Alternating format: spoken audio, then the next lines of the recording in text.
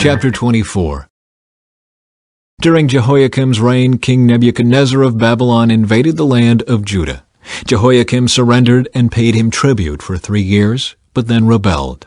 Then the Lord sent bands of Babylonian, Aramean, Moabite, and Ammonite raiders against Judah to destroy it, just as the Lord had promised through his prophets. These disasters happened to Judah because of the Lord's command. He had decided to banish Judah from his presence because of the many sins of Manasseh, who had filled Jerusalem with innocent blood. The Lord would not forgive this. The rest of the events in Jehoiakim's reign and all his deeds are recorded in the book of the history of the kings of Judah. When Jehoiakim died, his son Jehoiachin became the next king. The king of Egypt did not venture out of his country after that, for the king of Babylon captured the entire area formerly claimed by Egypt, from the brook of Egypt to the Euphrates River. Jehoiachin rules in Judah. Jehoiachin was 18 years old when he became king, and he reigned in Jerusalem 3 months. His mother was Nehushta, the daughter of Elnathan from Jerusalem. Jehoiachin did what was evil in the Lord's sight, just as his father had done. During Jehoiachin's reign, the officers of King Nebuchadnezzar of Babylon came up against Jerusalem and besieged it. Nebuchadnezzar himself arrived at the city during the siege.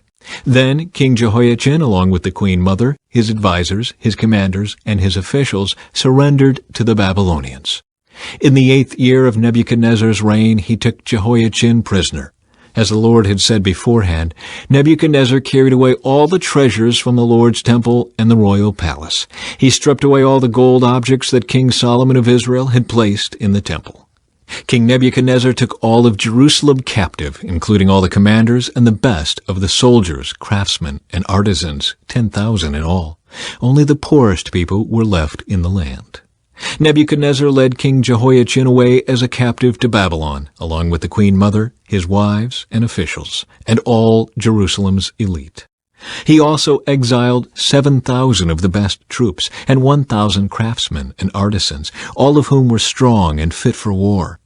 Then the king of Babylon installed Mattaniah, Jehoiachin's uncle, as the next king, and he changed Mattaniah's name to Zedekiah.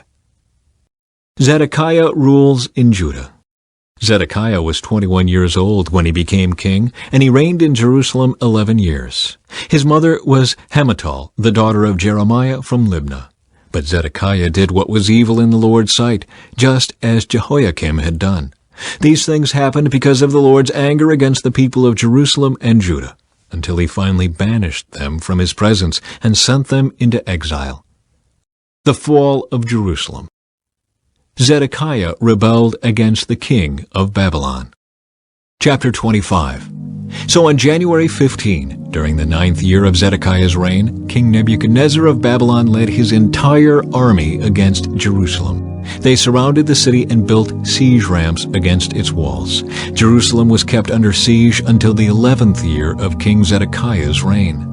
By July 18, in the 11th year of Zedekiah's reign, the famine in the city had become very severe, and the last of the food was entirely gone. Then a section of the city wall was broken down, and all the soldiers fled. Since the city was surrounded by the Babylonians, they waited for nightfall. Then they slipped through the gate between the 2 walls behind the king's garden and headed toward the Jordan Valley. But the Babylonian troops chased the king and caught him on the plains of Jericho, for his men had all deserted him and scattered. They took him to the king of Babylon at Riblah, where they pronounced judgment upon Zedekiah. They made Zedekiah watch as they slaughtered his sons. Then they gouged out Zedekiah's eyes, bound him in bronze chains, and led him away to Babylon. The temple destroyed. On August 14 of that year, which was the 19th year of King Nebuchadnezzar's reign, Nebuzaradan, the captain of the guard and an official of the Babylonian king, arrived in Jerusalem. He burned down the temple of the Lord, the royal palace, and all the houses of Jerusalem. He destroyed all the important buildings in the city. Then he supervised the entire Babylonian army as they tore down the walls of Jerusalem on every side. Nebuzaradan, the captain of the guard, then took as exiles the rest of the people who remained in the city, the defectors who had declared their allegiance to the king of Babylon, and the rest of the population. But the captain of the guard allowed some of the poorest people to stay behind in Judah to care for the vineyards and fields. The Babylonians broke up the bronze pillars in front of the Lord's temple, the bronze water carts, and the great bronze basin called the sea, and they carried all the bronze away to Babylon. They also took all the ash buckets, shovels, lamp snuffers, dishes, and all the other bronze articles used for making sacrifices at the temple. Nebuzaradan, the captain of the guard, also took the incense burners and basins, and all the other articles made of pure gold or silver. The weight of the bronze from the 2 pillars, the sea, and the water carts was too great to be measured. These things had been made for the Lord's temple in the days of King Solomon. Each of the pillars was 27 feet tall. The bronze capital on top of each pillar was 7½ feet high and was decorated with a network of bronze pomegranates all the way around. Nebuzaradan, the captain of the guard, took with him as prisoners Seraiah the high priest, Zephaniah the priest of the 2nd rank, and the 3 chief gatekeepers. And from among the people still hiding in the city, he took an officer who had been in charge of the Judean army, 5 of the king's personal advisers, the army commander's chief secretary, who was in charge of recruitment, and 60 other citizens. Nebuzaradan, the captain of the guard, took them all to the king of Babylon at Riblah. And there at Riblah, in the land of Hamath, the king of Babylon had them all put to death. So the people of Judah were sent into exile from their land. Gedaliah governs in Judah. Then King Nebuchadnezzar appointed Gedaliah, son of Ahikam and grandson of Shaphan, as governor over the people he had left in Judah. When all the army commanders and their men learned that the king of Babylon had appointed Gedaliah as governor, they went to see him at Mizpah. These included Ishmael, son of Nethaniah, Johanan, son of Kareah, Seraiah, son of Tanumeth, the Netophathite, and Jezaniah, son of the Maacathite, and all their men. Gedaliah vowed to them that the Babylonian officials meant them no harm.